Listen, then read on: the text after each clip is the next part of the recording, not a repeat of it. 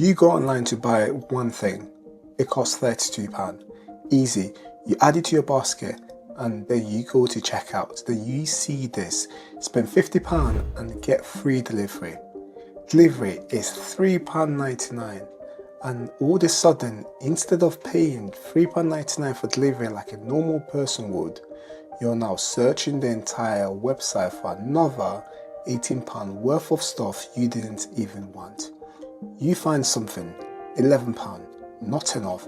You find something else, £8, perfect. Your basket is now £51 and you sit there thinking, nice, free delivery. You just spend an extra £19 to save £3.99 and somehow it feels like you won. But that's the funny thing. Companies are very good at getting us to spend more money than we plan. And most of the time, we don't even notice they're doing it. £9.99 instead of £10. Only £12.99 a month. Buy two, get one free. Most popular, only 2 left. Sale end in 10 minutes. And £8 more to unlock free delivery. They're everywhere. And individually, they don't seem like a big deal. But that's the reason companies use them, because they work.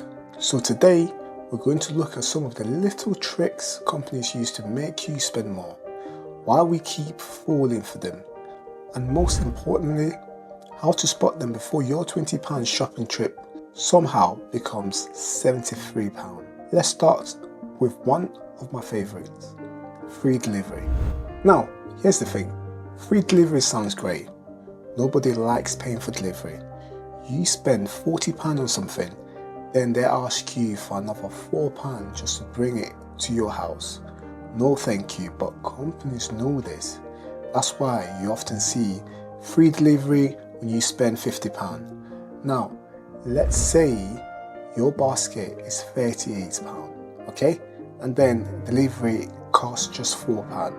A sensible choice would be pay £38, pay £4 delivery, total £42. But that's not what your brain sees.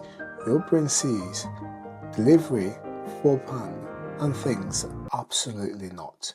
So you go looking for another £12 worth of products. Now you've spent £50. But hey, delivery was free. You spent £8 more than you needed to, and somehow you're happier about it. That's what makes free delivery limits so clever. They turn spending more money into something that feels like saving money. And once you notice it, you'll start seeing it everywhere. Next time you see you're only £7 away from free delivery, ask yourself one question. Would I rather spend £4 on delivery or £7 on something I didn't actually want? Sometimes paying for delivery is actually the cheaper option, which feels wrong, but the numbers don't care how we feel. Now, let's talk about something we've all seen. Something cost £9.99, not £10. £9.99. 1 penny. That's the difference. Nobody's looking at £10 thinking far too expensive, then seeing £9.99 and saying finally a price I can afford. But £9.99 still looks cheaper. You see the 9 first. £19.99, £49.99, £99.99, £999. Companies could easily round these numbers up, but they often don't, because £99.99 doesn't quite feel like £100, even though your bank account definitely knows it's basically £100. And this is one of those things where knowing about it doesn't necessarily stop it working. You can know exactly why the price is £9.99 and still look at it and think, yeah, about £9. No, it's 10. Give them their penny and let's all move on. Now, this one, I think is even better. Imagine I try to sell you something for £155.88. You might stop and think about it. Do I really need this? Is it worth £155? Can I afford it? But what if I said it's only £12.99 a month? That's different. £12.99, that's nothing. Except £12.99 multiplied by 12 is £155.88. Same product, same amount of money, but one feels much smaller, and this is everywhere now. Streaming, apps, software, phones, gym membership, insurance, cars, pretty much anything that can be turned into a monthly payment will be shown to you as a monthly payment. Because £30 a month sounds a lot nicer than £360 a year. £50 a month sounds a lot nicer than £600, and £100 a month sounds a lot nicer than £1,200. The monthly price isn't necessarily bad. Sometimes paying monthly makes perfect sense. The trick is forgetting what the monthly number actually adds up to. So whenever you see only £19.99 a month, do one thing, multiply it by 12, and all of a sudden only can become quite expensive. Okay, you walk into a shop because you need one bottle of shampoo. Then you see buy one, get one free. I mean, obviously you're not going to ignore a deal like that. So you buy 3.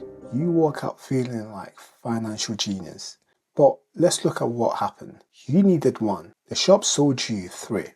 And you're celebrating. Now, if it's something you were definitely going to buy again anyway, fair enough. That can sometimes save you money. But sometimes we buy things simply because they are on offer. You did not save money by buying something you were not planning to buy. You still spent money. Now, my favorite one is when you see buy 1 for £4 or 2 for £7, and all of a sudden you're just there thinking, I mean, I'll be stupid not to buy 2. You came wanting 1. The shop has somehow convinced you that spending another £3 is a smart financial decision. Very impressive. Now, let's say you're choosing a subscription. You get 3 options: basic £8, pro £15, premium £29. But the £15 one has a little badge, okay? It says this is the most recommended or the most popular one. I mean, the interesting thing about this is that you decided that that's the most popular one. Maybe it is the most popular one, but that little badge does something useful. It makes the middle option feel safe. You don't want the cheap one. Maybe you're missing something. You definitely don't need the expensive one. So middle it is. Sometimes you see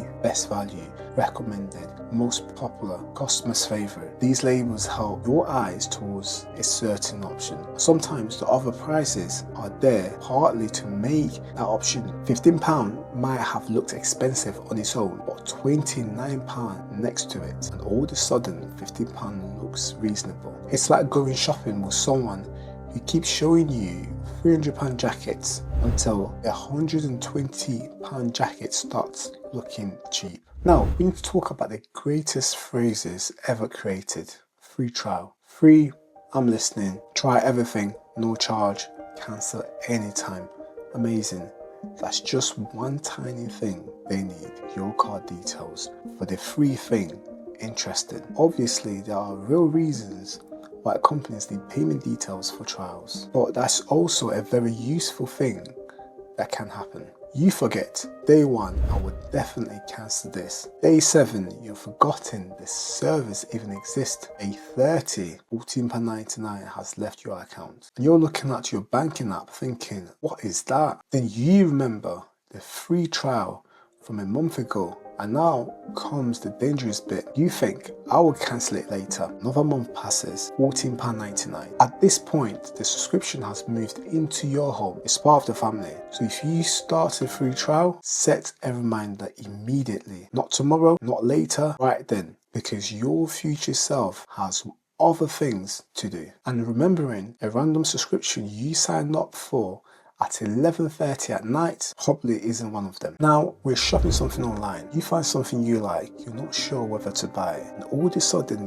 you see only 2 left.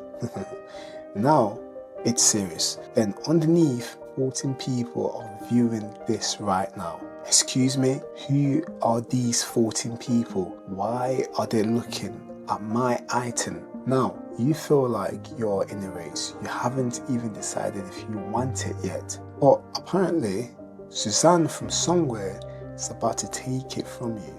The UC sell ends in 30 minutes past 2 and 47 seconds, and all of a sudden it goes down to 46 seconds, 45 seconds. Now we got a countdown. Nothing helps careful financial thinking like a clock shouting at you. These messages create urgency. They move you from, do I actually want this, to, I need to decide now. And when we're rushed, we don't always make the same choice we would make if we had time to think. Sometimes stock really is slow. Sometimes sell really is ending. The point isn't that every message is fake. The point is to notice what that message is doing to your decision. If you suddenly want something much more because a clock appeared next to it, maybe give yourself 5 minutes. Now let's order some food. You want a burger, 12 pound? Fine, add to basket. You would like fries? Okay, go on. £3. Would you like to make those loaded fries? I mean, we're already here. That's an extra £2. Do you want a drink? Yeah, that's fine. £3. Large, it's only another £1. So that's £1. Extra sauce? Yeah, £1. Checkout, delivery, £3. Service fee, £2. Your £12 burger is now £27. And you're sitting there thinking, I don't remember ordering £27 worth of food. But that's the clever part. Nobody asked you, you would like to pay £27 for this meal. You probably would have thought about it. Instead, you made lots of tiny decisions. £3, £2, £1, £3, another £2. Each one felt small, and by the time you saw the final total, you were already hungry. You're not cancelling now. The burger has won. And this happens with loads of things. You're buying the normal version, then you see upgrade for only £5 more. I mean, it's only £5. Then double the storage by another £3. I mean, then premium package, best value. Before you know it, you have upgraded the upgrade. And the original thing you came to buy has disappeared somewhere in the distance. Again, sometimes the upgrade can be worth it, but the important question is, would I have paid for this if nobody had shown it to me? If the answer is no, maybe you don't actually need it. Now, I don't want this video to sound like every company is sitting in a dark room trying to take all your money from your wallet. Businesses need to sell things. That's how business works. And a discount isn't automatically bad. A subscription isn't bad either. Free delivery isn't bad. Buying 3 bottles of shampoo isn't going to ruin your life. The point is much simpler. Companies spend a lot of time making it easy for us to spend money. So we need to spend a little bit of time making sure we're actually choosing to spend it. Because there are a big difference between I bought this because I wanted it and I bought this because there was a countdown clock, free delivery, the most popular badge, and apparently Suzanne was about to take the last one. There are a few simple questions you can ask before buying something. The first one is, what did I originally came here to buy? If you open the website for £20 item, your basket is now £67, something happened. The second, what is the total price? Not the monthly price, not today's payment, not 4 easy payment, the total. Third, would I still buy this if it wasn't on sale? That's a good one, because sometimes we don't want the product, we want the discount. And finally, can I wait until tomorrow? If it's something you were not planning to buy, leave it in the basket. Go away, come back tomorrow. If you still want it, fine. But you'll be surprised how many things become completely uninteresting after you have slept over it. So the next time you're buying something, look around. You start seeing things everywhere. £9.99, only £12 a month, most popular. Buy 2, get 1 free, only 3 left. Sale ends tonight, you're £6 away from free delivery. And once you start seeing them, shopping becomes quite funny because you will catch yourself doing it. You will have £35 in your basket. You will see spend £50 for free delivery, and your brain will immediately say, ooh. Then hopefully another part of your brain says, no, we watched the video and you paid the £3.99 delivery, like a financially responsible adult, even though it hurts. Now I want to know something. Which one gets you every time? Free delivery, sales, subscriptions, buy one get one free, or are you the person who goes online for one thing and somehow a delivery van turns up the next day with 6 boxes? Let me know in the comments. And if you enjoyed this video, subscribe, because next time we'll need to talk about something companies have become very good at: making expensive things look cheap. Because you didn't buy a £1,000 phone, you bought it for £41.99 a month.